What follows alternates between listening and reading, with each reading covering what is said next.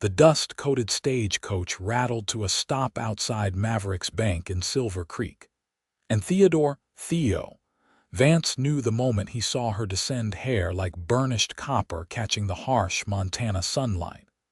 Eyes lowered in resigned dignity that something in his world had shifted irrevocably. It was 1876, and the West was still wild enough that a man could reinvent himself, or a woman could be sold to pay a debt. Tabitha Zimmerman clutched her meager belongings in a cloth satchel, its frayed handles revealing the desperation of her journey. At 22, she had traveled from Boston following her father's death, only to discover that the uncle who had promised her sanctuary had gambled away not only his ranch but her future as well.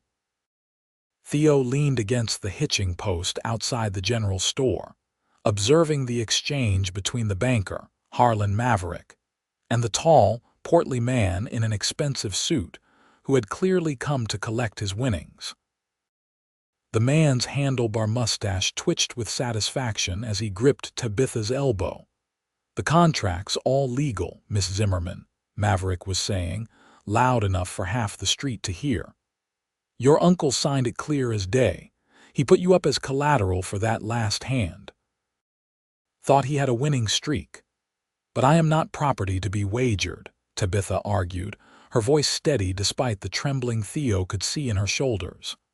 "I came west to help with his ranch, not to be traded."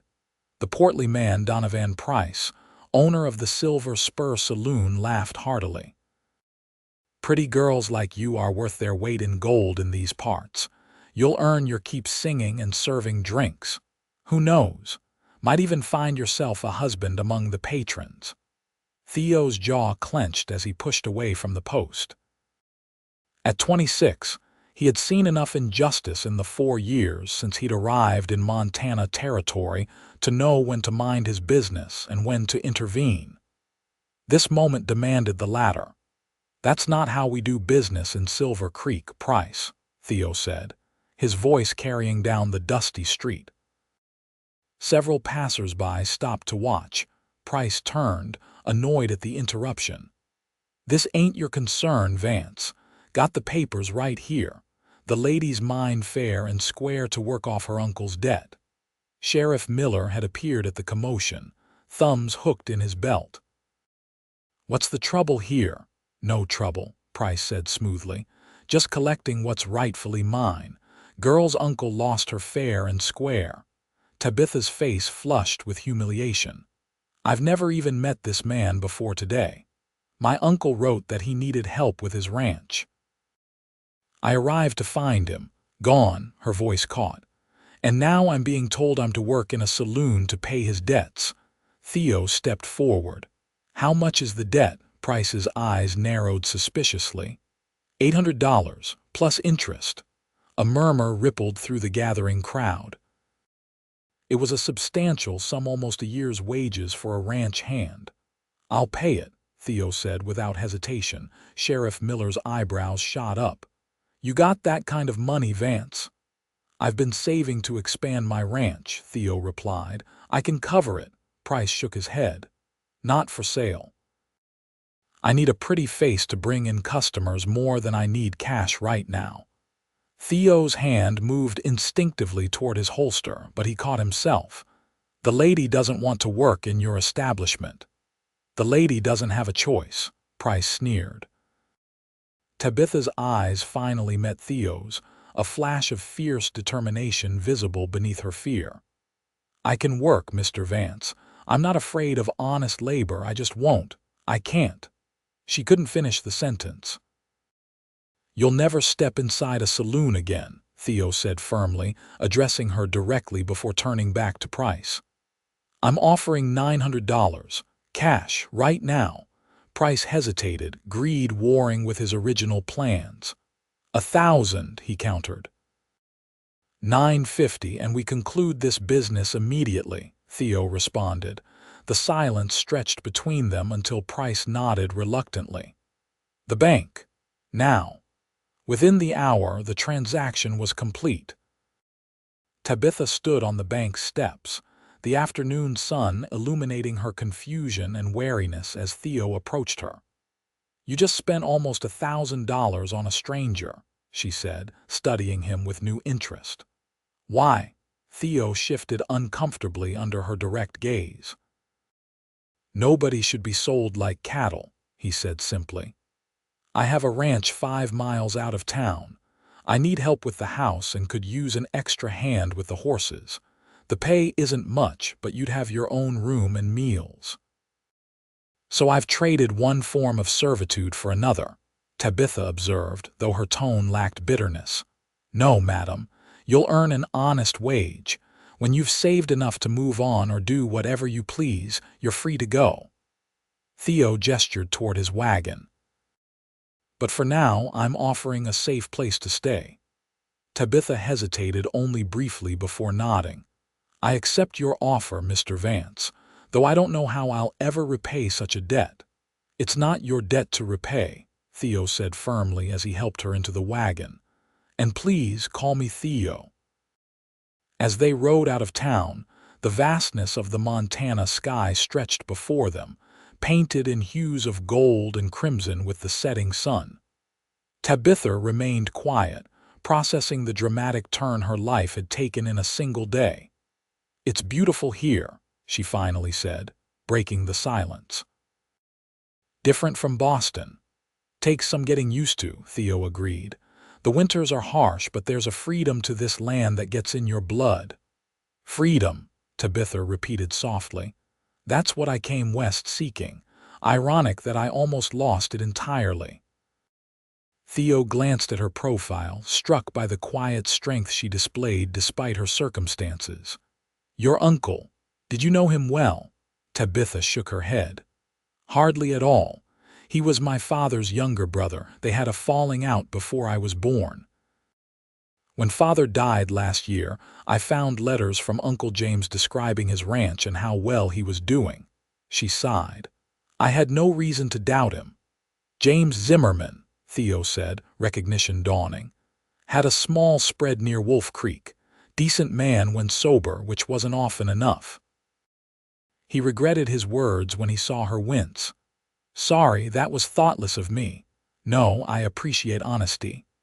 Tabitha straightened her shoulders. "What happened to him?" "Left town about a month ago. Rumor was he'd struck gold somewhere up north. Most folks figured he was running from debts." They crested a hill, and below them spread Theo's ranch, modest but well kept, with a sturdy 2-story house, a large barn, several corrals, and grazing land stretching toward distant mountains. "Welcome to Whispering Pines," Theo said, a hint of pride in his voice. "You've built all this yourself?" Tabitha asked, impressed. "Bought it from a widow heading back east 3 years ago, been adding to it since." He guided the horses down the gentle slope. "It's not much compared to some, but it's mine." A large black and white border collie raced out to greet them, followed by an older man with a pronounced limp. "That's Duke," Theo said as the dog circled the wagon, barking excitedly. "And that's Walter Simmons, my foreman and right hand." Walter approached the wagon, curiosity evident in his weathered face. "Didn't expect you back so soon. Certainly didn't expect company." Theo jumped down from the wagon and offered Tabitha his hand. "Walter, this is Miss Tabitha Zimmerman. She'll be staying with us, helping around the house and with the horses." Walter tipped his hat. "Madam, been a while since we had a lady's touch around here." "It's a pleasure to meet you, Mr. Simmons," Tabitha said, accepting Theo's assistance to descend from the wagon. "Just Walter, please." "Only time I'm Mr. Simmons is when I'm in trouble." His eyes crinkled with good humor. Theo retrieved Tabitha's satchel. "I'll show you to your room. You must be tired from your journey." The house was simple but comfortable, a large kitchen and sitting area downstairs, 3 bedrooms upstairs. Everything was functional, if a bit sparse, with the unmistakable feel of a home inhabited solely by men. "This will be your room," Theo said. opening the door to a modest but clean chamber containing a bed, dresser, and small desk beneath a window overlooking the mountains.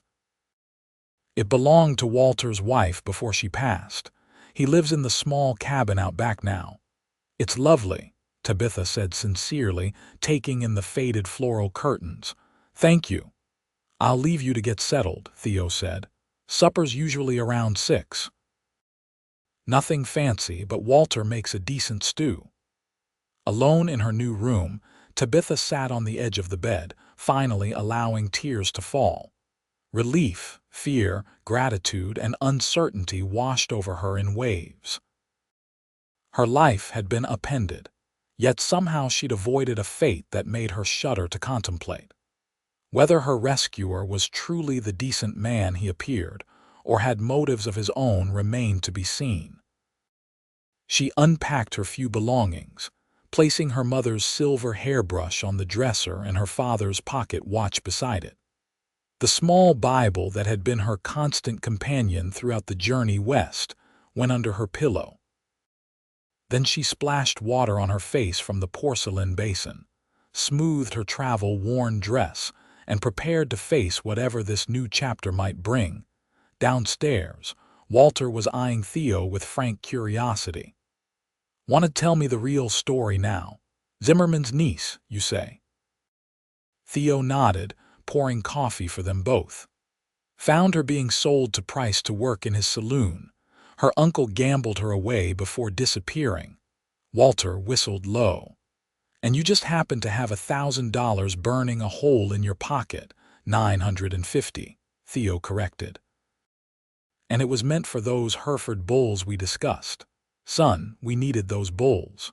Walter shook his head. Ranch is just starting to turn a profit. Can't afford to be rescuing every damsel that comes through town. I know. Theo stared into his coffee.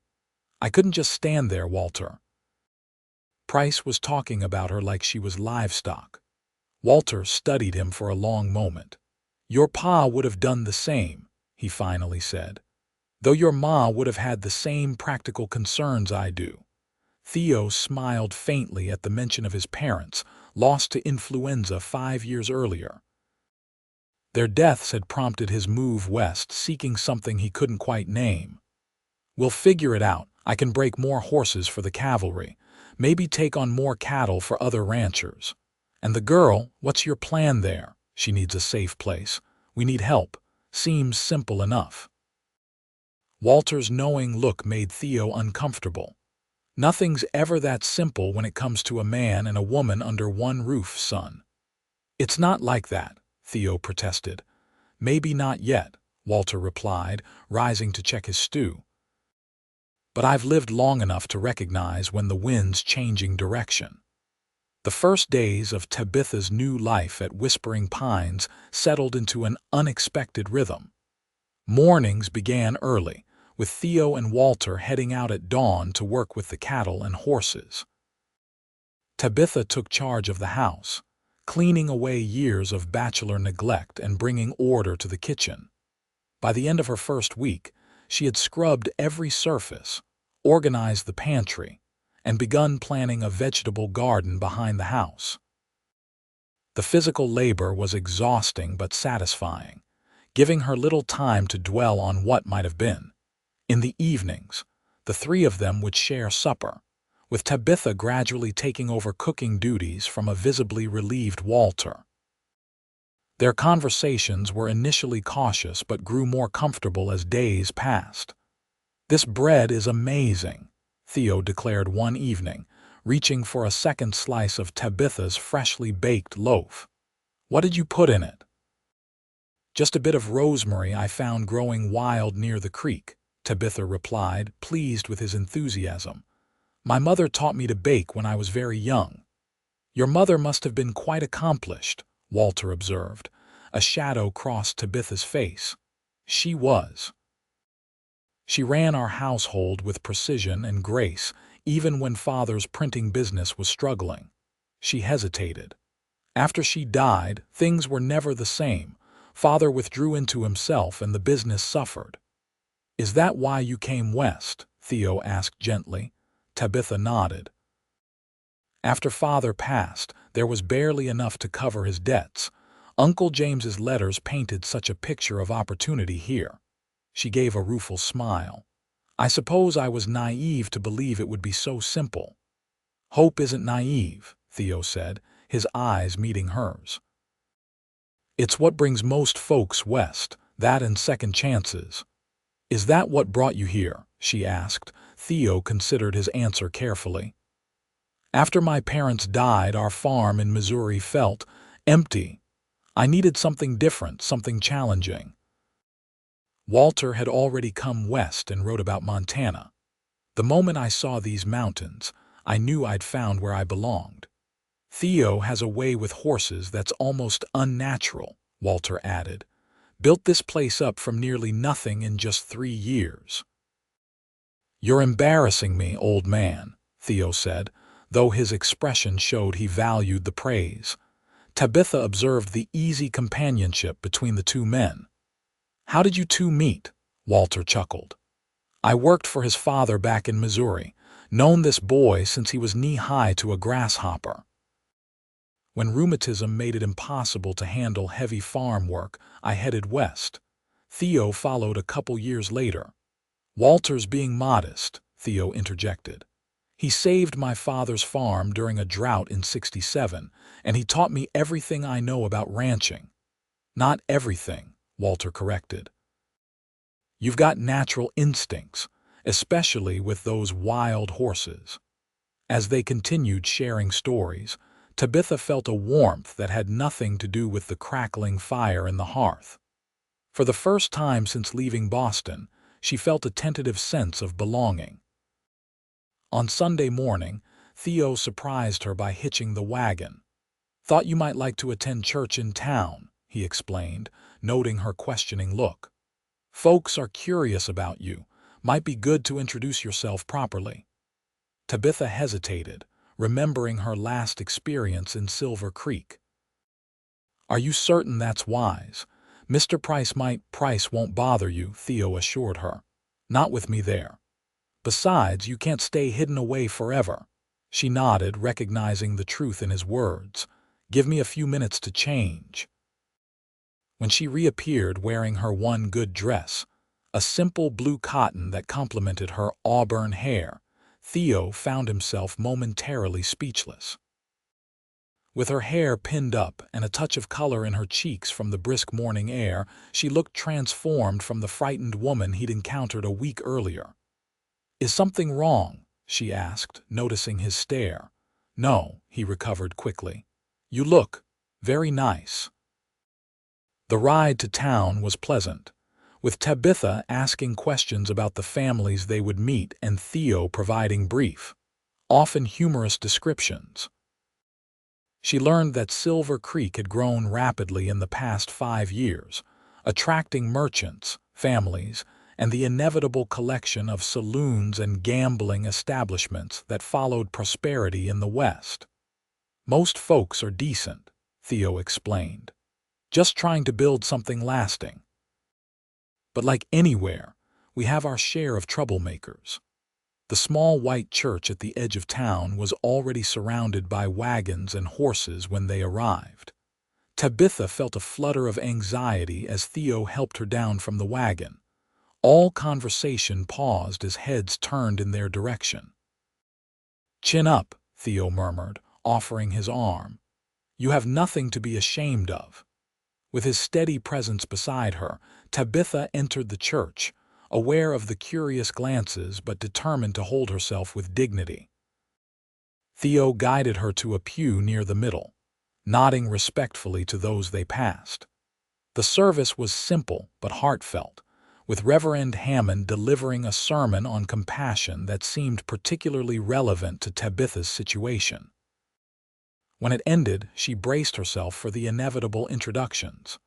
Mrs. Foster, Theo greeted a plump, pleasant-faced woman who approached them immediately. May I present Miss Tabitha Zimmerman? She's helping at my ranch. Welcome to Silver Creek, my dear, Mrs. Foster said warmly. We've heard about your unfortunate arrival. I'm so glad Mr. Vance was able to offer you a position. Before Tabitha could respond, they were surrounded by others eager to meet the newcomer. She was introduced to the doctor and his wife, the schoolteacher, the blacksmith and his large family, and numerous ranchers and their wives. Most were welcoming, though she noticed a few women eyeing her with reserve. "Miss Zimmerman is an excellent cook," Theo was telling Mrs. Foster. "Her bread would win prizes back east, I'm certain." "Is that so?" Mrs. Foster brightened. "We're planning the Founders' Day celebration for next month. We could certainly use another pair of hands for the baking competition." "I'd be happy to help," Tabitha offered. As they made their way outside after the many introductions, Tabitha felt a measure of relief. The community's acceptance, at least on the surface, was more than she had dared hope for. Their peaceful mood was shattered when Donovan Price stepped into their path, his expensive suit and gold watch chain marking him as prosperous even among the Sunday crowd. "Well, if it isn't the Boston Songbird," Price drawled, his gaze lingering inappropriately on Tabitha. "Settling in at Vance's ranch, are we? My offer still stands if you find ranch work unfulfilling." Theo's posture stiffened. "Miss Zimmerman isn't interested, Price." "Shouldn't she decide that?" Price turned to Tabitha. "The wage I'd pay for just singing would exceed whatever pittance you're earning playing housekeeper, plus tips from admirers." "Thank you, but no," Tabitha replied firmly. "I'm quite content with my current position." Price's expression hardened slightly. "Content playing nursemaid to a rancher who can barely keep his operation afloat. Interesting choice for a woman of your potential." Theo took a step forward, but Tabitha placed a restraining hand on his arm. "Mr. Price," she said clearly, "I believe our business is concluded." "I wish you good day." Price tipped his hat with mock courtesy. "The offer remains open, Miss Zimmerman. When you tire of dirt floors and cow manure, the silver spur awaits." With that, he sauntered away toward the saloon, which was already doing brisk business despite the early hour. "I apologize for that," Theo said through clenched teeth once Price was out of earshot. "You have nothing to apologize for," Tabitha assured him, though her heart was racing from the confrontation. "I knew there would be challenges."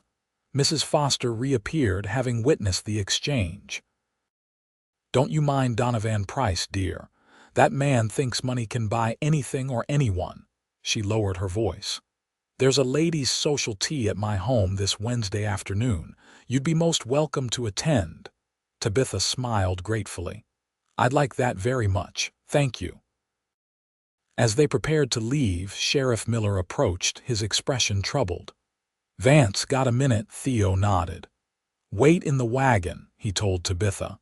"I won't be long," though she complied. Tabitha couldn't help watching their conversation. The sheriff's gestures suggested concern, while Theo's posture grew increasingly tense. When he returned to the wagon, his jaw was set in a tight line. "Is everything all right?" she asked as they began the journey home. Theo was silent for a moment. "There's been trouble with rustlers hitting the smaller ranches. Sheriff thinks they might target Whispering Pines next." "That's terrible. What can be done?" "We increase our night patrols. Maybe hire another hand if we can afford it." He glanced at her. "I don't want you worrying, but you should be alert. Don't wander too far from the house alone." The warning cast a shadow over what had otherwise been a promising day. As they traveled the familiar road back to the ranch, Tabitha found herself studying Theo's profile, the strong line of his jaw, the determined set of his shoulders, the gentleness in his hands as he guided the horses.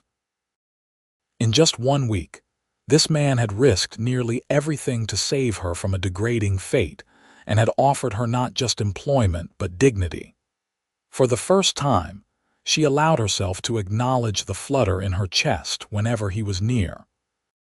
It was a complication she hadn't anticipated, and one she wasn't certain how to navigate. The following weeks established a routine at Whispering Pines. Tabitha proved herself not only capable in the house, but also surprisingly adept with horses. One afternoon, Theo found her in the corral with a nervous yearling filly, speaking in low, soothing tones as she carefully brushed its mane. "You've got a gift," he remarked, leaning against the fence. "That filly won't let anyone near her usually." Tabitha smiled, continuing her gentle strokes. "I had a pony when I was young. My mother thought riding was an essential skill for a lady, though my father considered it frivolous. Your mother sounds like a wise woman." She was. Tabitha's expression softened with memory. She believed a woman should be accomplished and independent, even within the constraints of society's expectations. She gave a small laugh. "I doubt she imagined her teachings would be applied on a Montana ranch, though." "Do you miss Boston?" Theo asked, genuinely curious. Tabitha considered the question. "I miss certain aspects, the libraries, the concerts, familiar streets, but Boston after my parents' deaths was lonely. There's more genuine connection here in a week than I experienced there in months."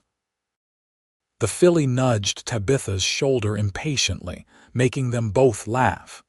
"She's demanding your full attention," Theo observed. "Much like someone else I know," Tabitha replied, glancing meaningfully at Duke, who had become her devoted shadow around the ranch. "He's a good judge of character," Theo said. "Never takes to just anyone." Their eyes met briefly before Tabitha returned her attention to the filly. Something unspoken hung in the air between them, a growing awareness neither was quite ready to acknowledge. That evening, a spring storm blew in from the mountains, bringing violent wind and sheets of rain that hammered against the windows. After supper, Theo built up the fire in the sitting room while Walter entertained them with tales from his younger days. "And there I was, facing down this grizzly with nothing but a skinning knife," Walter was saying, his hands animated. "Thought for certain I'd be meeting my maker that day." "How did you escape?" Tabitha asked, completely engrossed in the story. "Providence sent the biggest thunderclap you ever heard. Scared that bear so bad he turned tail and ran." Walter chuckled at the memory. "Never been more grateful for bad weather in my life." A particularly fierce gust rattled the windows, making Tabitha start slightly. Theo noticed her unease. "Storm will pass by morning," he assured her. "House has weathered worse." "It's not that," she admitted. "I've always been a bit unsettled by violent storms. Foolish, I know." "Not foolish at all," Walter said kindly. "Nature at its fiercest reminds us how small we really are." A tremendous crash from outside brought them all to their feet. "That came from the barn," Theo said, already reaching for his coat and hat. "Walter, get the lantern." "You can't go out in this," Tabitha protested, alarmed by the ferocity of the wind and rain. "Have to check on the horses," Theo explained, his expression grim. "If that was the roof." Walter had already lit the storm lantern. "I'll come with you." "No," Theo decided. "Your leg's been bothering you all day. Stay here with Tabitha. I'll be fine." Before either could argue, he was gone, disappearing into the howling darkness. Tabitha moved to the window, straining to catch sight of the lantern light moving toward the barn. "He'll be all right," Walter assured her, though concern creased his weathered face. "That boy's survived worse than a spring storm." Minutes stretched painfully as they waited. When the door finally burst open, Theo entered on a gust of wind and rain, soaked to the skin. "Part of the roof's gone on the south end," he reported grimly, water streaming from his hat. "Had to move the horses to the inner stalls. 2 of the yearlings are spooked bad." "Anything I can do?" Walter asked. "Need to shore up what's left before we lose more," Theo said, already gathering rope and tools. "Might need both of us after all." Tabitha stepped forward. "I can help with the horses, Both men looked at her in surprise. "It's too dangerous," Theo began. "The yearlings know me," she insisted. "I can keep them calm while you work on the roof." Walter nodded slowly. "She has a point, Theo. Those fillies trust her." After a moment's hesitation, Theo relented. "Stay in the center stalls. If anything shifts or creaks, you get out immediately. Understand?" "I understand," she promised, already buttoning a heavy coat borrowed from the peg near the door.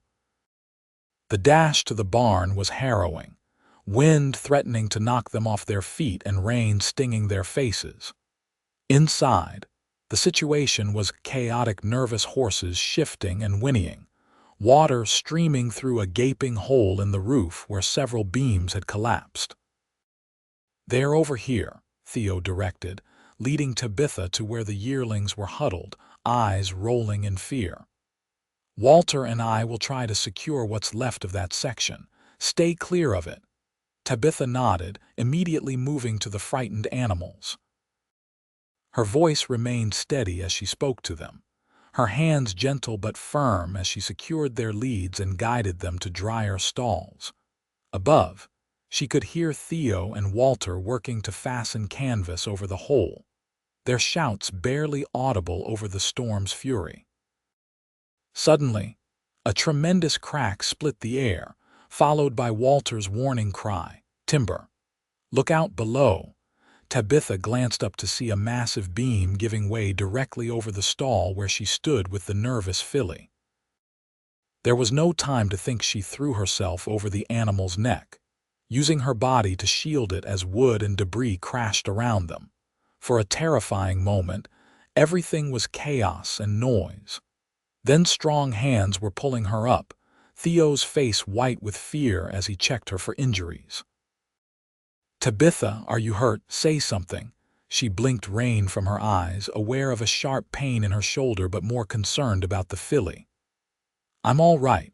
The horse is fine," Walter assured her, securing the trembling animal. "You nearly got yourself killed." "We need to get you inside," Theo insisted, supporting her weight when she swayed slightly. "Walter, can you handle things here?" "Go," the older man urged. "I'll secure what I can and join you shortly." Back at the house, Theo helped Tabitha to a chair by the fire, his hands shaking slightly as he removed her sodden coat. "What were you thinking?" he demanded, his voice rough with emotion. "That beam could have killed you." "I couldn't let the filly be hurt," she replied simply, wincing as pain shot through her shoulder. "You're injured," he observed, his anger giving way to concern. "Let me see." "It's nothing serious," she protested weakly, but allowed him to examine her shoulder, his touch gentle despite his obvious agitation. "Bruised, not broken," he concluded after careful probing. "But it'll pain you for days." He met her eyes, his own filled with a mixture of frustration and something deeper. "Don't ever scare me like that again." The raw emotion in his voice caught her off guard. "I'm sorry," she whispered. "I didn't think." "No, you didn't," he agreed, but his tone had softened. "You just acted to protect something defenseless." He shook his head, a reluctant smile tugging at his lips. "It was foolhardy and brave and—" He trailed off, suddenly aware of their proximity. They were both soaked through, hair plastered to their faces, clothes clinging to their bodies. Tabitha became acutely conscious of his hand still resting lightly on her shoulder, of the intensity in his gaze as it dropped briefly to her lips. The moment stretched between them, charged with unspoken feelings. Then Walter's boots sounded on the porch, breaking the spell. Theo stepped back, clearing his throat. "You should change into dry clothes. I'll make some hot coffee." As Tabitha climbed the stairs to her room, her heart pounding from more than just her narrow escape, she realized that something fundamental had shifted between them. The question was whether either of them was ready to acknowledge it. The damage from the storm proved extensive, requiring days of repair work. Despite Theo's protests, Tabitha insisted on helping, though her injured shoulder limited her activities. She took over cooking entirely, allowing Walter to assist Theo with the barn repairs, and spent hours calming the still nervous horses. One afternoon, a week after the storm, she was hanging laundry when she noticed a cloud of dust on the road leading to the ranch.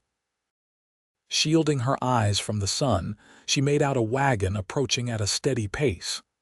"Theo," she called toward the barn. "Someone's coming," he emerged, wiping his hands on a rag, and joined her in watching the approaching visitors.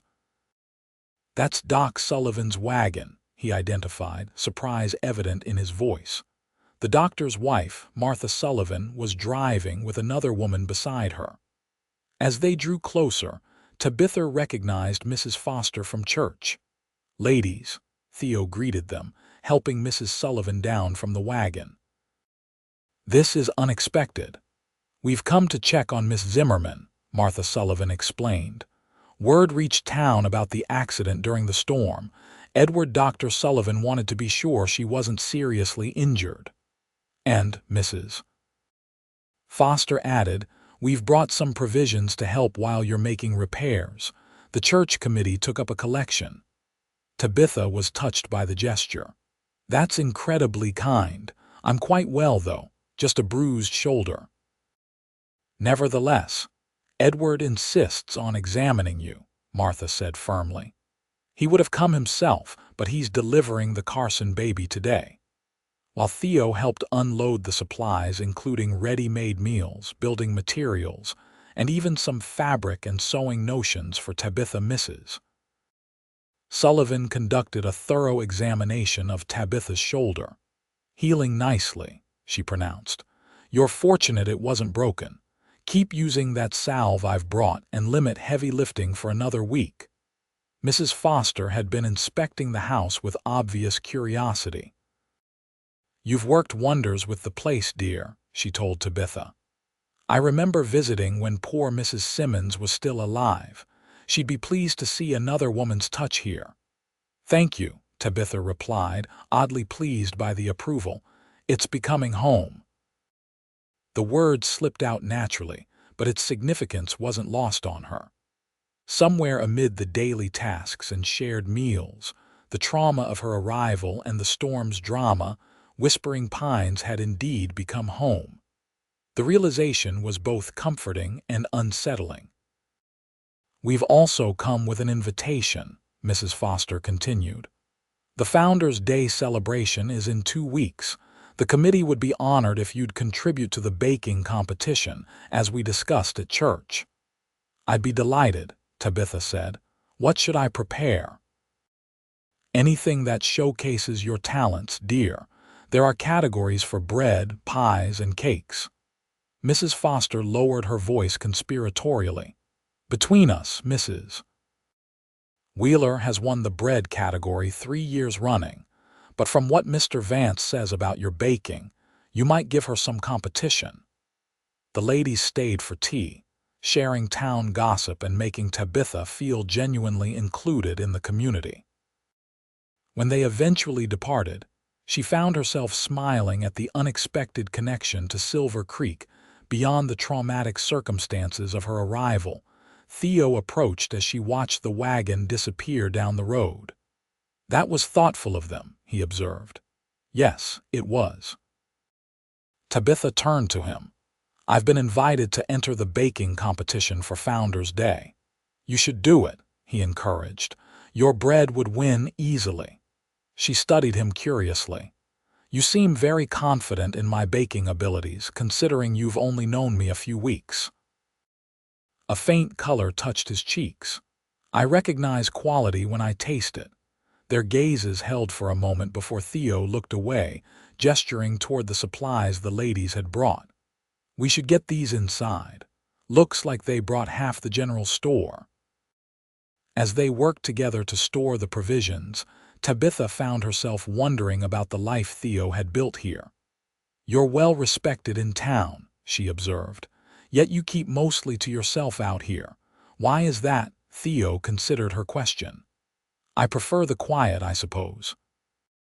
Town's fine for supplies and Sunday services, but out here. He gestured toward the expansive landscape surrounding them. There's a peace I can't find anywhere else. You never get lonely. The question was more personal than she'd intended. I have Walter, and now you. His eyes met hers briefly before he continued sorting supplies. Besides, ranching doesn't leave much time for loneliness. Later that evening, while preparing supper, Tabitha contemplated his answer. There had been something in his expression, a fleeting vulnerability that suggested there was more to his solitude than simple preference. "Need any help?" Walter asked, entering the kitchen. "Theo's still working on that north corral." "Everything's under control," she assured him, stirring the stew. "Walter, may I ask you something?" "Certainly." He settled into a chair, his bad leg extended before him. "Has Theo always been so?" "Reserved," Walter chuckled. "Not always. As a boy, he was full of mischief and big ideas. Talked constantly about the adventures he'd have someday." His expression grew more serious. Losing his parents changed him. Then there was Emily. Emily. Tabitha tried to keep her tone casual. His fiancée back in Missouri called off the wedding a month before he left for Montana. Walter shook his head. Said she couldn't face life on the frontier. Broke his heart, though he'd never admit it. The revelation gave Tabitha a new understanding of Theo's careful distance. That explained some things. "He's a good man," Walter said, his gaze shrewd. "Best I've known. Just needs reminding sometimes that life's meant to be shared." Before Tabitha could respond, the door opened, and Theo entered, looking exhausted but satisfied. "Corral's fixed," he announced. "Just in time, too. Army representatives coming tomorrow about those Mustangs we've been training." "That's wonderful news," Tabitha said, placing bowls on the table. "A large order, could be. They need mounts for the new cavalry unit at Fort Harrison." Theo washed up at the basin. "If we get the contract, it would mean financial security for the ranch." He didn't add what they all knew, that it would also mean replenishing the savings he'd spent on Tabitha's freedom. The following day brought Lieutenant James Harrington to Whispering Pines. Tall and imposing in his uniform, the young officer was clearly impressed by the 4 trained Mustangs Theo demonstrated. "Exceptional work, Mr. Vance," he said after watching Theo put the horses through their paces. "The Army would be pleased to purchase these 4 immediately, with an order for 10 more if you can deliver within 3 months. Theo's expression remained controlled, but Tabitha could see the relief and pride in his eyes. "I can deliver," he confirmed. "Though the price we discussed will need to stand for all 14 animals." Lieutenant Harrington nodded. "Agreed. The colonel was most insistent we secure your horses after the last batch performed so admirably." The men shook hands on the deal, and Tabitha served coffee while they completed the necessary paperwork.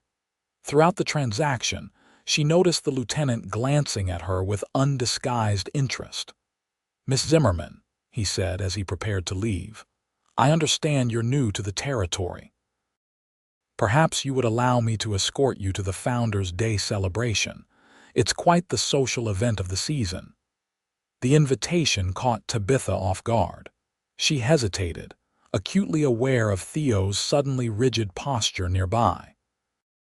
"That's very kind, Lieutenant Harrington, but Miss Zimmerman, will be busy with the baking competition," Theo interjected, his tone neutral but his eyes hard. "And we'll be bringing our entries to town together." Lieutenant Harrington's gaze shifted between them, a knowing smile touching his lips. "Of course. Another time, perhaps." He tipped his hat to Tabitha. "Madam." After he departed with the first 4 horses, an awkward silence fell between Theo and Tabitha. "You didn't have to answer for me," she finally said, keeping her voice even. "I'm capable of declining an invitation myself." Theo's jaw tightened. Harrington has a reputation with ladies. I was just looking out for me." She supplied, unable to determine if she was annoyed or pleased by his protective instinct. "Yes." He met her gaze directly. "Is that so wrong?" The simple question disarmed her irritation. "No," she admitted, "but I should have the chance to make my own decisions. I've had enough of men determining my fate." Understanding dawned in his expression. "You're right, I apologize." He hesitated. "For what it's worth, I do hope you'll allow me to escort you to the celebration, as friends and colleagues." The clarification stung slightly, though Tabitha wasn't sure why. "I'd like that," she said, then added lightly, "Someone needs to carry my award-winning bread after all." His smile returned. "That's the spirit. Mrs. Wheeler won't know what hit her." The days leading up to the Founders' Day celebration were filled with preparation. Tabitha experimented with various bread recipes, finally settling on a rosemary and potato loaf that even Walter declared would make angels weep. She also sewed herself a new dress from the fabric Mrs. Foster had brought, working late into the evenings after her daily chores were complete. On the morning of the celebration, she woke before dawn to bake the final version of her competition entry. The house filled with the aroma of fresh bread as the sun rose, painting the kitchen in golden light. Theo found her there, flour dusting her apron, hair escaping from its pins as she carefully removed the loaf from the oven. "Smells like victory," he commented, pouring himself coffee. Tabitha laughed, setting the bread to cool. "Let's hope the judges agree." She brushed a strand of hair from her face, leaving a smudge of flour on her cheek. Without thinking, Theo reached out to wipe it away, his fingers lingering against her skin. "You've got flour," he began, his voice suddenly husky. Their eyes met, and for a breathless moment the kitchen seemed to fade away around them. Tabitha was acutely aware of his closeness, of the warmth of his hand against her face. Walter's entrance broke the spell. "Lord Almighty, that bread smells good enough to propose to," he declared, oblivious to the charged moment he'd interrupted. Theo dropped his hand and stepped back, clearing his throat. "I'll hitch up the wagon," he said, avoiding Tabitha's gaze as he hurried outside. Walter watched him go with a knowing look. "That boy's about as subtle as a bull in a china shop," he muttered, helping himself to coffee. "I don't know what you mean," Tabitha replied, busying herself with wrapping the bread for transport. "Course you don't," Walter agreed amiably. "And I'm the King of England." The town of Silver Creek was transformed for the celebration. Main Street was decorated with bunting and flags. Temporary stalls lined the thoroughfare selling everything from handcrafts to candy. And a large area near the church had been cleared for dancing later in the day. Tabitha's nervousness at returning to town, the sight of her humiliation months earlier, faded as residents greeted her warmly. Many recognized her from church, and others had heard of her work at Whispering Pines. She was no longer the woman who was almost sold to the saloon, but Miss Zimmerman, who helps at the Vance ranch. The baking competition was held in a tent behind the church, with entries arranged on long tables for the judges to evaluate. Tabitha placed her bread among at least a dozen others, noting the formidable-looking loaves contributed by Mrs. Wheeler. "Quite the turnout this year," observed Mrs. Foster, who was organizing the competitors. "The judges will begin their deliberations after the mayor's speech. Results will be announced before the dancing begins." Throughout the day, Tabitha and Theo wandered the celebration together, sampling treats from food stalls and watching various competitions. There was a shooting contest, which the sheriff won handily, horse races for different age groups, and even a pie-eating contest that left the participants mostly young boys with fruit-stained faces and satisfied grins. Are you enjoying yourself?" Theo asked as they watched children playing ring-toss games. "Very much," Tabitha replied sincerely. "It reminds me of summer fairs in Boston, but more genuine somehow." "How so?" she considered her answer. In Boston, social events were often about display showing off one's wealth or connections. Here, it feels like a true community celebration. Everyone participates regardless of status.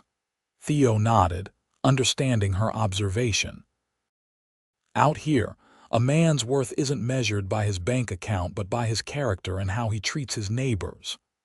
"And a woman's?" she asked, curious about his perspective. His eyes met hers, serious and direct. "The same. Character reveals itself in actions, not appearances or background." The honesty in his gaze made her heart beat faster.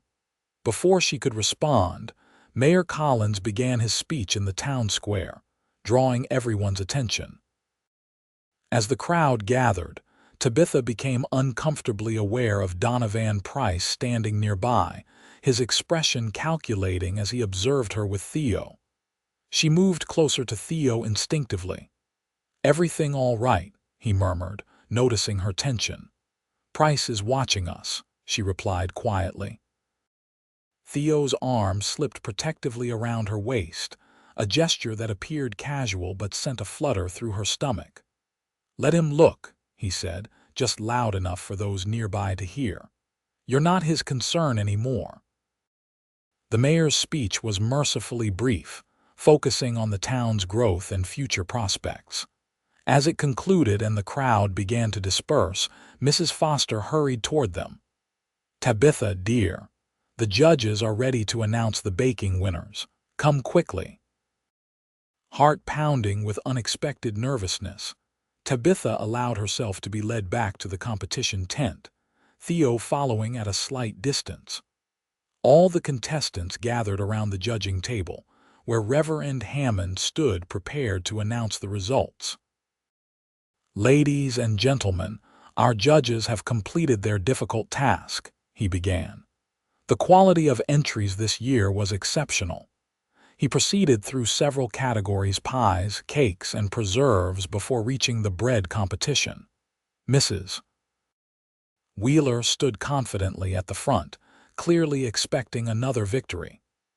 "And now, for the bread category," Reverend Hammond announced. "Our judges were particularly impressed with one entry that combined traditional technique with innovative flavors. This year's blue ribbon goes to Miss Tabitha Zimmerman for her rosemary and potato loaf." A moment of shocked silence was followed by enthusiastic applause. Mrs. Wheeler's face registered surprise and disappointment before she composed herself to offer congratulations.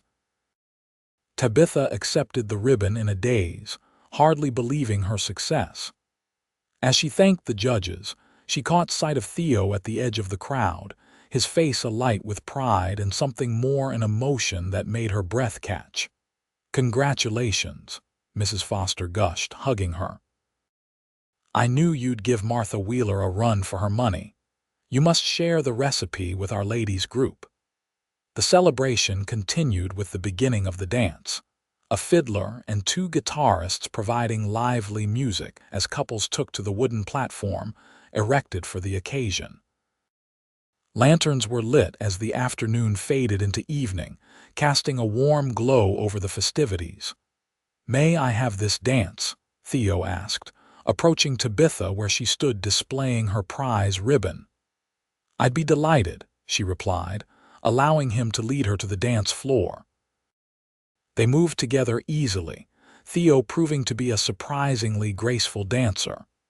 "You never mentioned you could dance," Tabitha remarked as he guided her through the steps.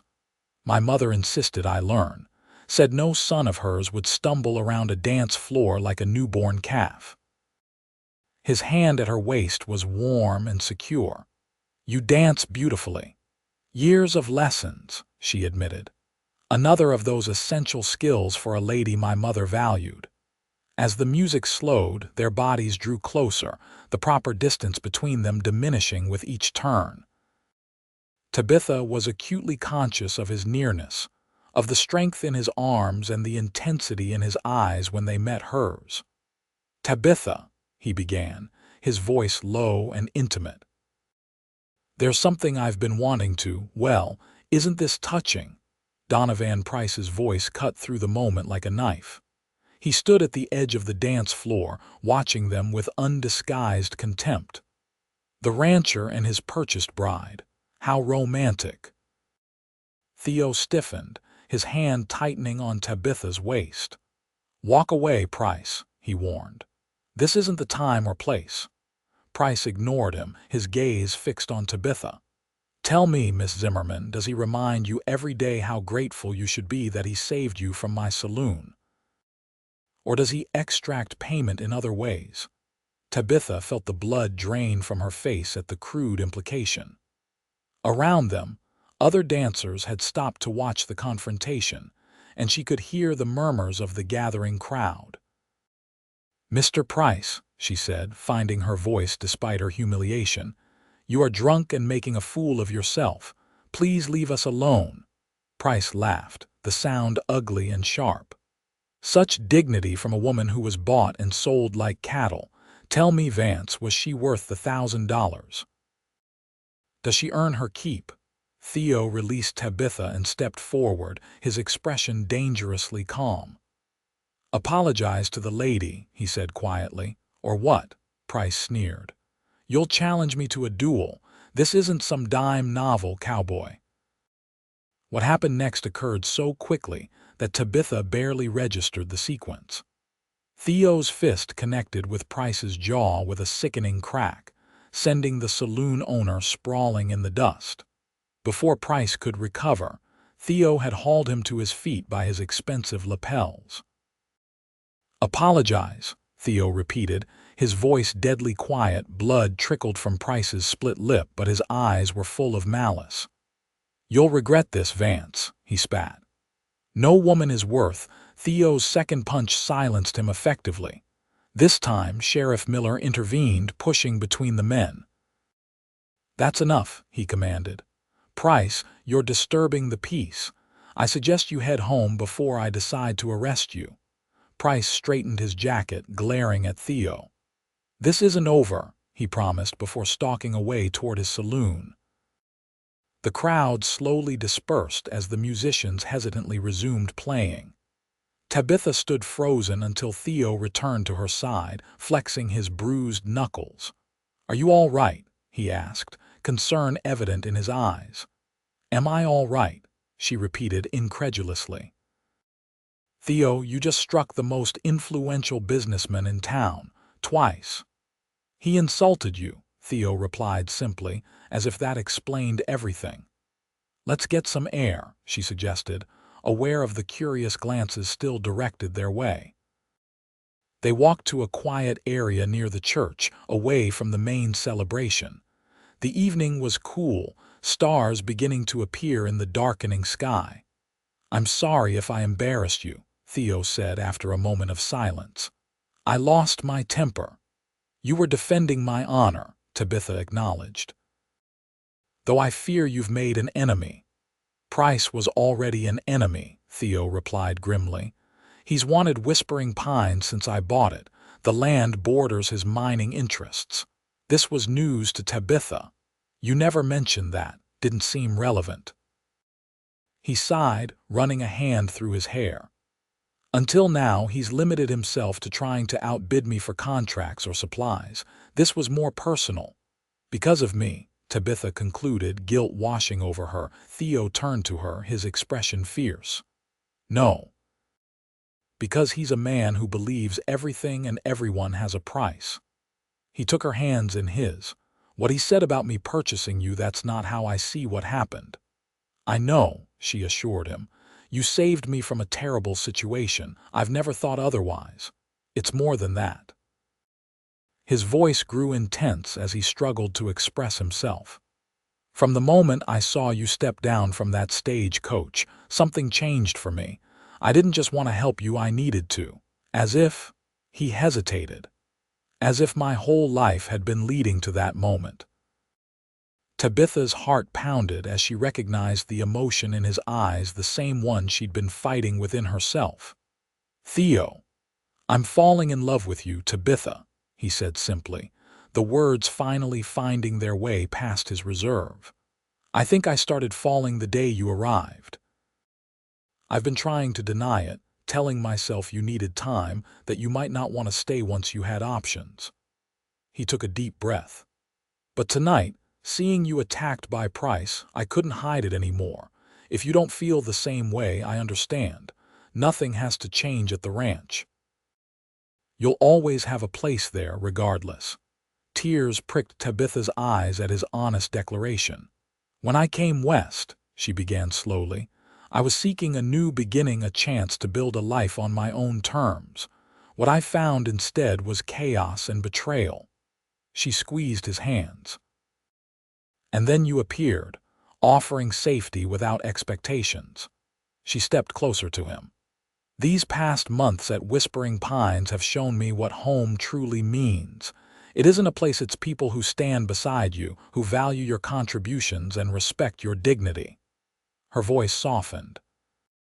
"It's a man who risks everything to protect a stranger, who sees worth beyond circumstances, who teaches by example what real strength looks like." Theo's eyes never left hers as she continued. "I've been afraid to admit my feelings," she confessed. "Afraid that acknowledging them would somehow diminish what you did, make it seem transactional rather than the act of genuine compassion it was. But the truth is, Theo Vance, I'm falling in love with you too. Perhaps I have been since that first day, when you said I'd never step inside a saloon again." The joy that transformed his face was breathtaking. Slowly, giving her every chance to withdraw, he lowered his head until his lips met hers in a kiss that was both gentle and fervent, a promise and a question combined. When they finally parted, both breathless, the sounds of the celebration seemed distant and unimportant compared to the momentous shift that had occurred between them. "We should return," Tabitha said reluctantly. "People will talk." Theo smiled, tucking a strand of hair behind her ear. "Let them. I've nothing to hide." As they walked back toward the dancing, hand in hand, Tabitha felt a lightness she hadn't experienced in years. Whatever challenges lay ahead, Price's enmity, the demands of ranch life, the inevitable adjustments of building a life together, they would face them as partners rather than employer and employee. The autumn breeze carried the scent of pine and promise as they rejoined the celebration, their shared future stretching before them like the vast Montana sky, boundless with possibility. In the weeks following the Founders' Day celebration, life at Whispering Pines took on a new dimension. Theo and Tabitha's relationship blossomed openly, their feelings no longer concealed behind a veil of employer and employee. Walter observed their happiness with undisguised satisfaction, occasionally muttering that it had taken them long enough to see what was right in front of them. The ranch prospered as Theo fulfilled the cavalry contract ahead of schedule. With the financial security this provided, he began making improvements to the house, adding a proper front porch, expanding the kitchen to Tabitha's specifications, and ordering actual glass windows to replace the oiled paper that had served in several rooms. "You're turning this place into a palace," Walter joked one evening as they reviewed the plans. "Just making it more comfortable," Theo replied, though his glance toward Tabitha revealed his deeper motivation. Their courtship progressed with the steady certainty of two people who had already weathered significant challenges together. They rode the property boundaries, checking fences, worked side by side breaking new horses, and spent quiet evenings reading aloud by the fire or simply talking about their hopes for the future. Not everyone in Silver Creek approved of their relationship. Some still whispered about Tabitha's inauspicious arrival, and Donovan Price continued to spread malicious rumors whenever possible. But the majority of townspeople, having witnessed Tabitha's integration into the community through church activities and her prize-winning baking, accepted the couple with genuine goodwill. One crisp October morning, Theo suggested a ride to show Tabitha a special place on the property she hadn't yet seen. "It's my favorite spot on the whole ranch," he explained as they saddled their horses after the morning chores. "Perfect day to show you." They rode for nearly an hour, climbing steadily into the foothills that marked the eastern boundary of Whispering Pines. The landscape grew more dramatic as they ascended pines giving way to rocky outcroppings, the view expanding with each switchback of the narrow trail. Finally, they reached a small plateau overlooking a hidden valley. Aspen trees in full autumn glory created a canvas of gold against the evergreens, a crystal-clear stream winding through the center like a silver ribbon. "Oh, Theo," Tabitha breathed, reining her horse to a stop beside his. "It's magnificent." He helped her dismount, his expression almost shy. "I found this place my first week here, knew then I'd made the right decision coming west." He spread a blanket he'd packed in his saddlebag beneath a large pine with a perfect view. "Thought we could have lunch here." They shared the meal. Tabitha had prepared cold chicken, fresh bread, and apple tarts while discussing plans for the coming winter. The easy companionship between them had deepened into something both comfortable and thrilling, each discovering new facets of the other with every passing day. As they finished eating, Theo grew uncharacteristically quiet, his gaze fixed on the valley below. "Is something wrong?" Tabitha asked, concerned by his sudden shift in mood. He turned to her, his expression serious but tender. "Nothing's wrong, just the opposite." He took her hand in his. "Tabitha, when I brought you here today, it wasn't just to show you the view." Her heart began to race as he continued. "I've been carrying this for weeks, waiting for the right moment." From his pocket, he withdrew a small wooden box, handcrafted with intricate carvings. "I made this from a piece of pine that fell during that spring storm the night I realized I couldn't imagine my life without you." Opening the box revealed a simple but elegant gold ring set with a small diamond that caught the autumn sunlight. "It belonged to my mother," Theo explained. "My father saved for years to give it to her. Before she died, she pressed it into my hand and made me promise I'd only give it to a woman who brought the same joy to my life that she'd brought to his." Tears filled Tabitha's eyes as he slid from the blanket to one knee before her. "Tabitha Zimmerman, you came into my life unexpectedly, but now I can't imagine a single day without you. Your strength, your kindness, your determination, they've shown me what it means to truly live rather than just exist." His voice grew husky with emotion. "Will you marry me? Will you build a life with me at Whispering Pines?" "Yes," she whispered, hardly trusting her voice as tears spilled down her cheeks. "Yes, Theo, I will marry you."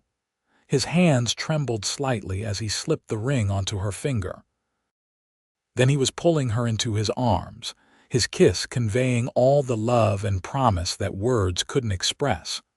When they finally broke apart, Tabitha studied the ring on her finger, a tangible symbol of their journey from strangers to lovers. "It's beautiful," she said softly. "And knowing it was your mother's makes it all the more precious." "She would have loved you," Theo said, helping her to her feet, "almost as much as I do." They lingered at the overlook until the afternoon shadows lengthened, talking about their wedding plans and the future they would build together. Both agreed on a simple ceremony before winter set in, with Reverend Hammond officiating and their small circle of friends in attendance.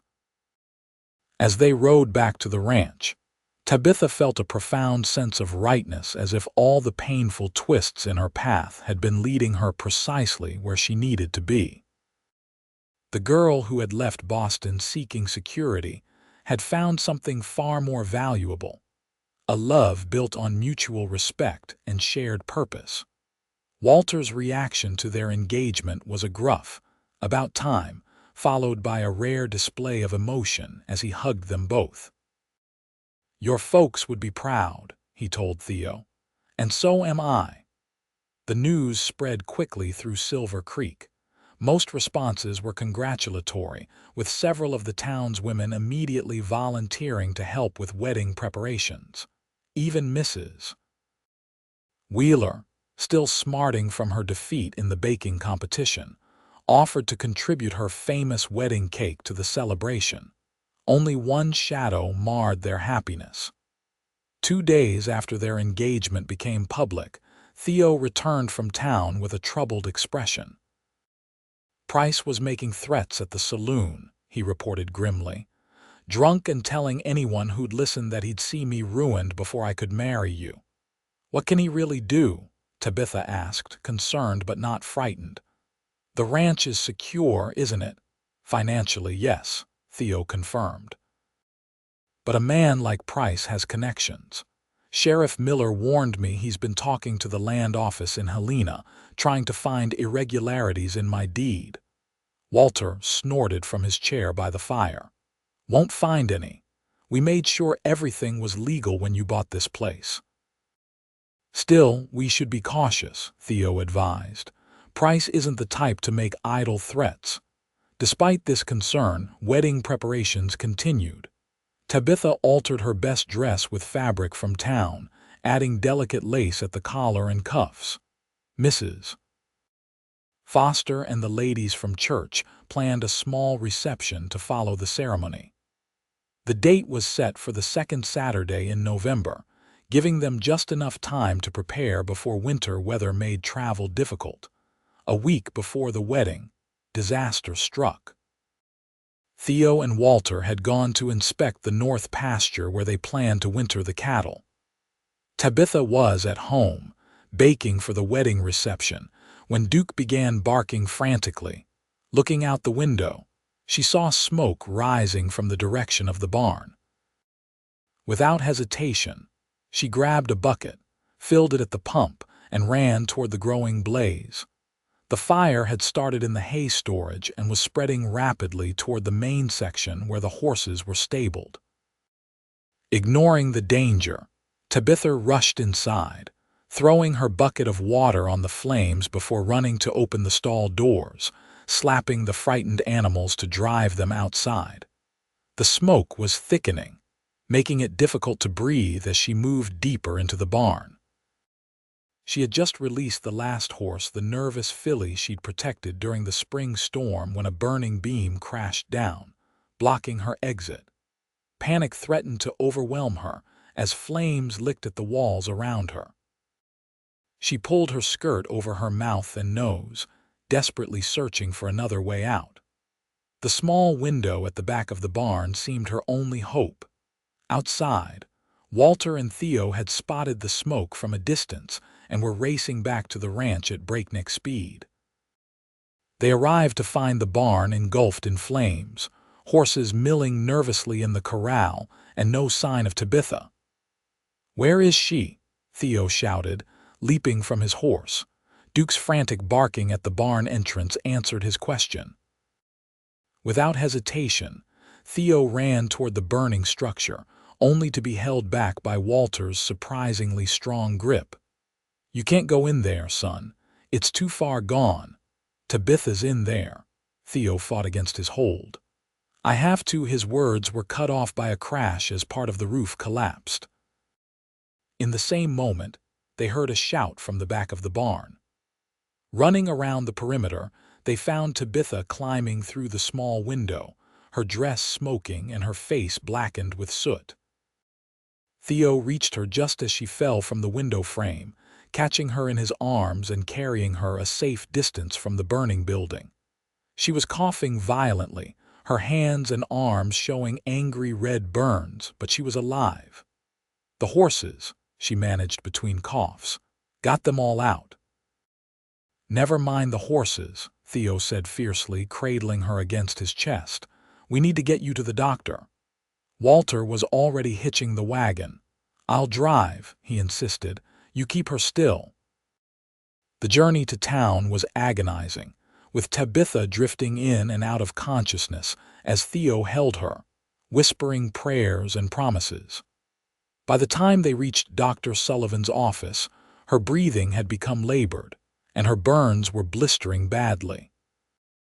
"Smoke inhalation and second-degree burns," the doctor diagnosed after his examination. "She needs constant care for at least a week. The burns will heal with proper treatment, but the damage to her lungs is my greater concern." "We'll stay in town," Theo decided immediately. "Is there a room at the hotel?" Mrs. Foster, who had arrived upon hearing the news, intervened. "Nonsense. You'll all stay with us. We have plenty of room and I can help with her care." The next days were a blur of worry and waiting. Tabitha's condition improved slowly, her breathing easing though she remained weak. The burns on her hands and arms were painful but healing clean thanks to Martha Sullivan's careful attention.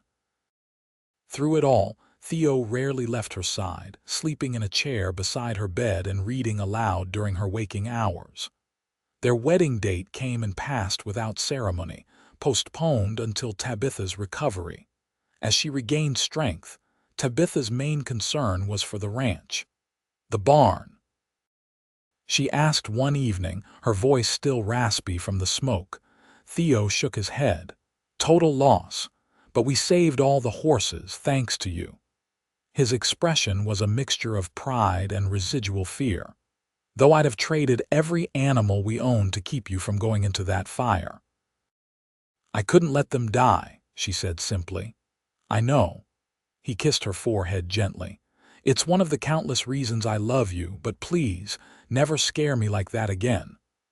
On her 10th day at the Fosters', Tabitha was finally strong enough to sit on the porch and enjoy the crisp November air. Wrapped in blankets, she watched the town's activities with new appreciation for the simple gift of life. Sheriff Miller approached the house, his expression grave as he greeted her. "Miss Zimmerman, glad to see you recovering. Is Vance around?" "He's inside." "Is something wrong?" Before the sheriff could answer, Theo appeared in the doorway. "Miller, what brings you by? Found something you should know about." The sheriff glanced at Tabitha, then back to Theo. "Might want to discuss it privately." "Anything you have to say can be said in front of my fiancé," Theo insisted, taking a seat beside Tabitha. Miller nodded reluctantly. "It's about the fire. Wasn't an accident." Theo's body tensed. "You're certain?" "Found coal oil traces where it started. And this." He held up a monogrammed silver flask. "Recognized it right away. Belongs to Joe Farley, one of Price's regular dealers at the Silver Spur." "Price," Theo growled, his hands clenching into fists. "He did this." "Can't prove Price ordered it," Miller cautioned. "Farley skipped town." "But given the threats he's been making."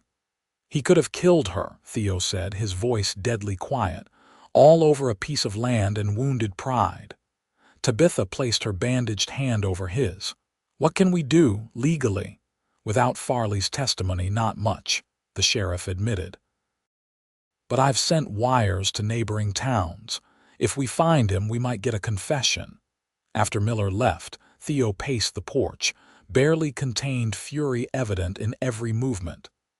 "I won't let him get away with this," he vowed. "He nearly took everything from me."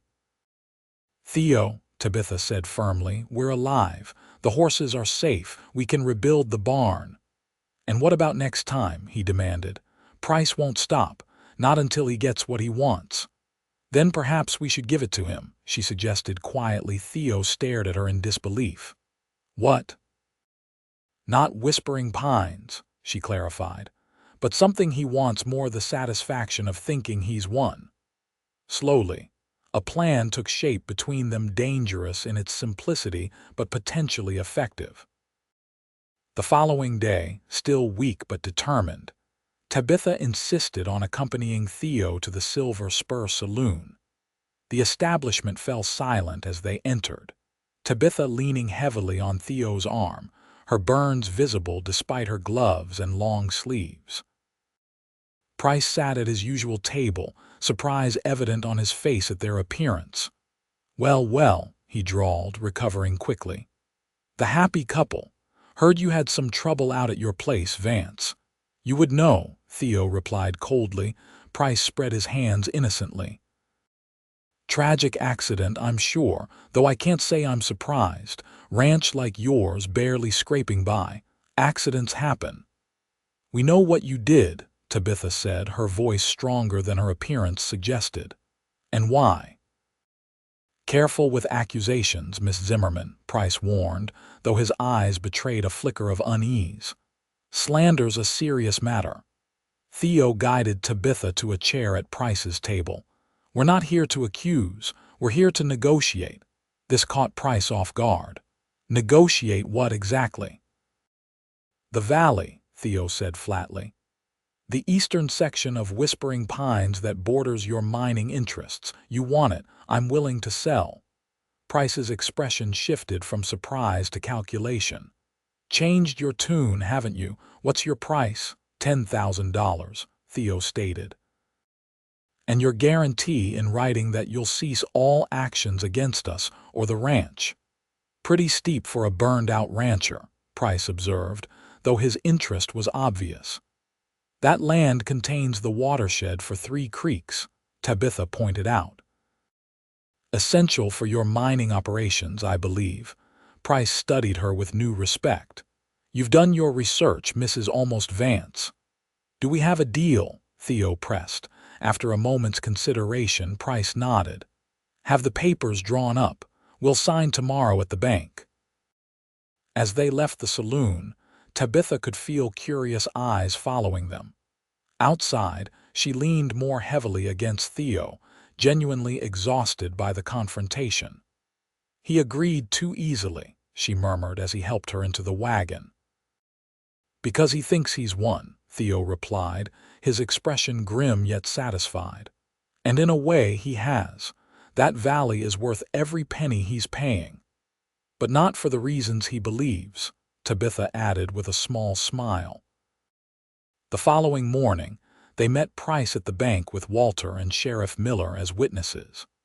The deed transfer was prepared, specifying exactly which portion of land was being sold, the Eastern Valley with its streams and timber rights. Price signed with a flourish, barely containing his triumph as he handed over the bank draft for $10,000. "Pleasure doing business with you, Vance," he said smugly. "Smart decision, cutting your losses." "I think so," Theo agreed mildly. "Especially since the geological survey came back yesterday." Price paused in the act of tucking the deed into his coat. "What survey?" "The one the Army Corps of Engineers conducted last month," Walter supplied innocently. "Standard procedure before approving water rights allocations." A flicker of uncertainty crossed Price's face. "What did it show?" "Nothing of particular interest," Theo said casually. "Except that the silver vein you've been following stops about 20 yards short of that property line, played out completely." Price's face flushed with anger as he realized the implication. "You're lying." "Not at all," Sheriff Miller interjected, enjoying the moment. "Report's public record now. Engineers filed it yesterday." "You knew," Price accused Theo. "You knew that land was worthless for mining." "Worth plenty for water and timber," Theo corrected. "Just not for what you wanted it for. And now you've paid $10,000 for a pretty view and signed an agreement never to bother us again." He smiled thinly. "I'd call that justice." Price looked ready to explode but was constrained by the presence of the sheriff and bank officials. "This isn't over," he hissed. "Actually, it is," Tabitha said firmly. "Unless you'd like the sheriff to continue his investigation into the barn fire." "I believe arson carries a substantial prison sentence in Montana territory." Defeated and humiliated, Price stalked from the bank, leaving them with the means to rebuild their lives at Whispering Pines. That was quite a gamble, Walter observed as they headed home. What if the survey had shown something valuable? It did, Theo admitted. Just not silver. There's copper in those hills, not as profitable as silver right now, but it will be someday. Price was so focused on his silver mine, he never bothered to check for anything else. Tabitha shook her head in admiration. You're a shrewd businessman, Theodore Vance. Learned from the best, he said, nodding toward Walter. My father always said to know the true value of what you own and what you're willing to sacrifice. With price neutralized and funds to rebuild secured, the ranch's recovery began in earnest. Work on a new, larger barn commenced immediately, with neighbors from surrounding ranches coming to help raise the framework before winter set in fully.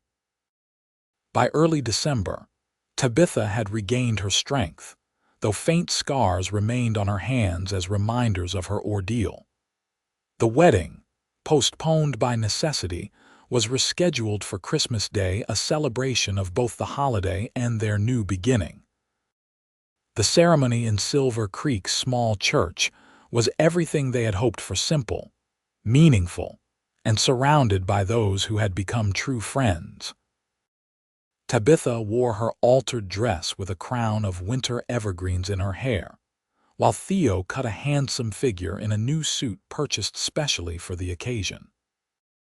Reverend Hammond spoke eloquently about love tested by adversity, and there wasn't a dry eye in the congregation when the couple exchanged their heartfelt vows.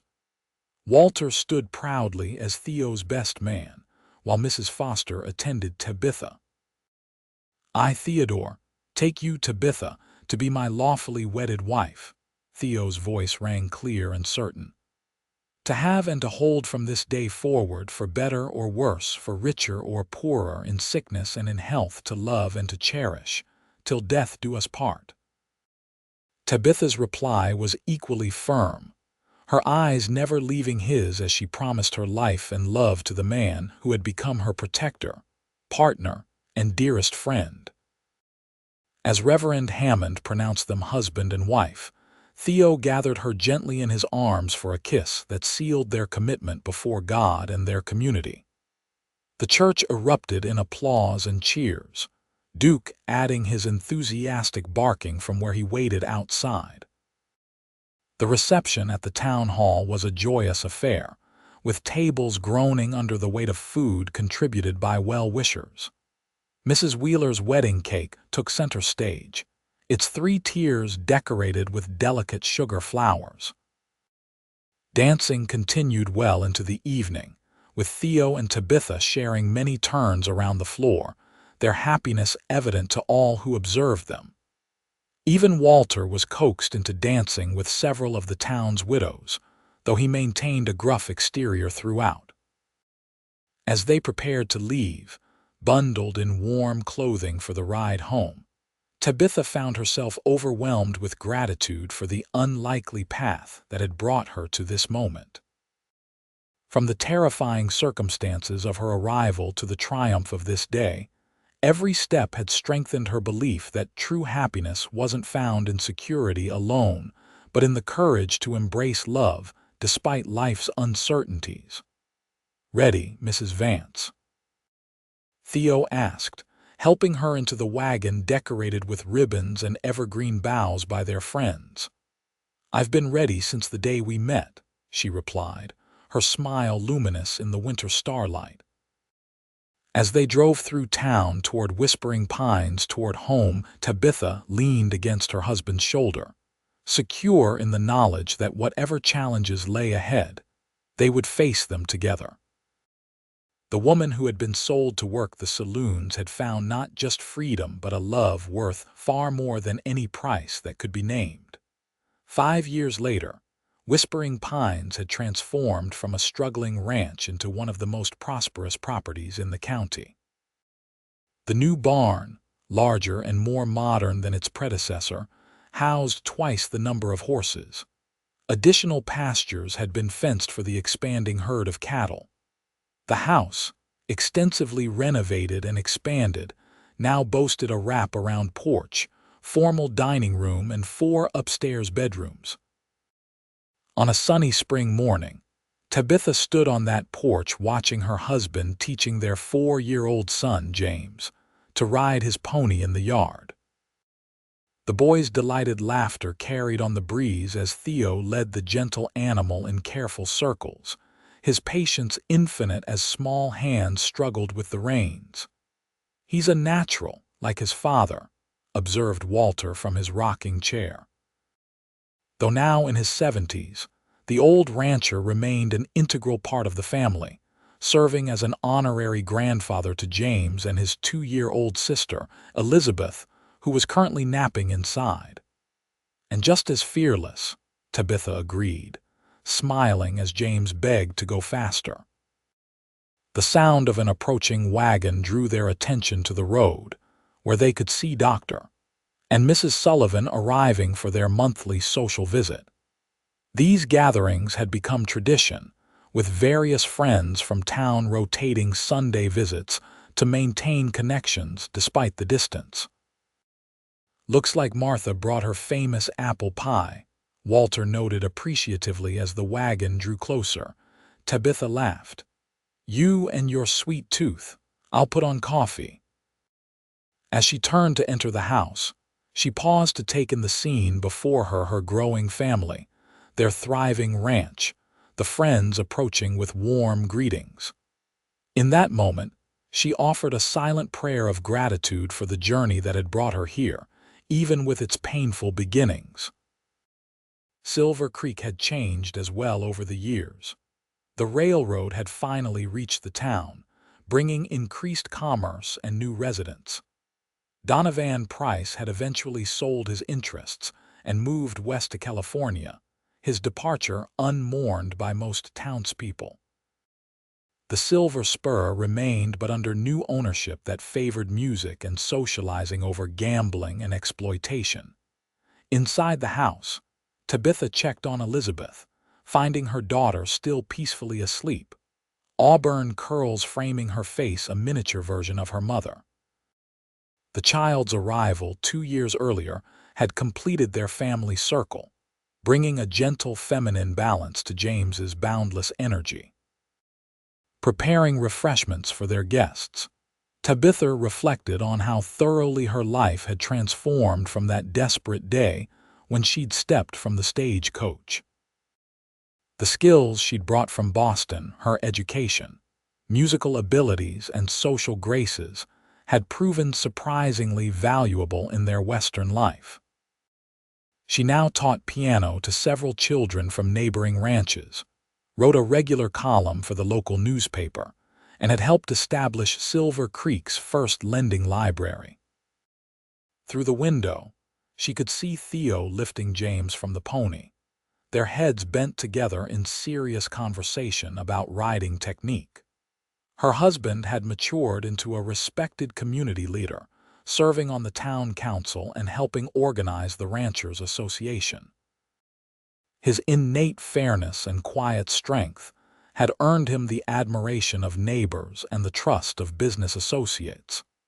Their marriage had deepened with each passing year, the initial attraction evolving into a partnership built on shared values and mutual respect. They still disagreed occasionally, Tabitha's progressive Eastern ideas sometimes clashing with Theo's more traditional Western outlook, but those differences ultimately strengthened their bond rather than weakening it. Walter entered the kitchen, interrupting her reflections. "Need any help with those trays? I've got them, but thank you." She arranged cookies on a platter. "Have the Sullivans arrived? Just pulling up now. That boy of yours is talking their ears off about his pony already." Tabitha smiled. "James never meets a stranger, does he?" "Gets that from you," Walter observed. Theo was always more reserved with newcomers. They carried the refreshments to the porch just as the Sullivans were climbing the steps, Martha bearing her promised pie and Edward carrying a small package wrapped in brown paper. "Tabitha, dear, the house looks more beautiful each time we visit," Martha exclaimed, embracing her friend. "Those new curtains are exactly right for the parlor windows. Thank you. They arrived from St. Louis just last week." Tabitha accepted the pie with appreciation. "And this smells divine, as always." Dr. Sullivan handed the package to Theo, who had joined them with James perched on his shoulders. "Latest medical journal," he explained. "Thought you might find that article on new breeding techniques interesting." As the adults settled on the porch with refreshments, James regaled everyone with a detailed account of his riding progress, his vocabulary impressive for a 4-year-old, evidence of his mother's daily reading sessions. "And Papa says when I'm 6, I can have a real horse instead of just a pony," he concluded triumphantly. "If you continue to show responsibility," Theo clarified with a wink at the guests. The conversation flowed easily among friends, covering town news, agricultural developments, and plans for the upcoming summer. Elizabeth eventually awoke and joined them, shy at first, but soon warming up to Martha's gentle attention. As afternoon lengthened into evening, the Sullivans prepared to depart.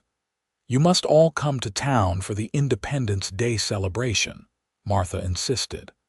"They're planning fireworks this year. The children would love it." "We wouldn't miss it," Tabitha assured her, helping gather empty plates and cups. After their friends had gone and the children were tucked into bed with stories and prayers, Tabitha and Theo enjoyed a rare moment of quiet together on the porch. The Montana sunset painted the sky in spectacular hues, silhouetting the mountains that had become so familiar and beloved. "Penny for your thoughts," Theo said, his arm around her shoulders as they sat on the swing he'd built the previous summer. "I was just thinking about how far we've come," she replied, leaning against him. "Not just the ranch, but us. Who would have thought that terrified girl stepping off the stagecoach would end up here?" "I knew," Theo said simply. Tabitha looked up at him in surprise. "How could you possibly have known?" He smiled, the lines at the corners of his eyes crinkling in the way she loved. "Because even then, beneath the fear, there was a strength in you that couldn't be broken. I saw it when you stood up to Price that very first day." "I was shaking inside," she admitted. "We all are, facing the unknown," he said philosophically. "Courage isn't about not being afraid, it's about doing what's right despite the fear." Tabitha kissed him softly. "When did you get so wise, Cowboy?" "Must be the company I keep," he teased, pulling her closer as the first stars appeared in the darkening sky. As night settled over whispering pines, bringing the peaceful sounds of crickets and distant coyotes, Tabitha reflected that their story, improbable as it had seemed at the beginning, had unfolded exactly as it should. From desperate circumstances had grown a love strong enough to weather any storm, a family bound by more than blood, and a legacy that would endure long after they were gone. The woman who had been sold to work the saloons had found not just escape but her true destiny in the arms of a cowboy who had promised she would never step inside one again. It was a promise he had kept along with countless others made throughout their years together, proving that sometimes the most unlikely beginnings can lead to the most beautiful endings.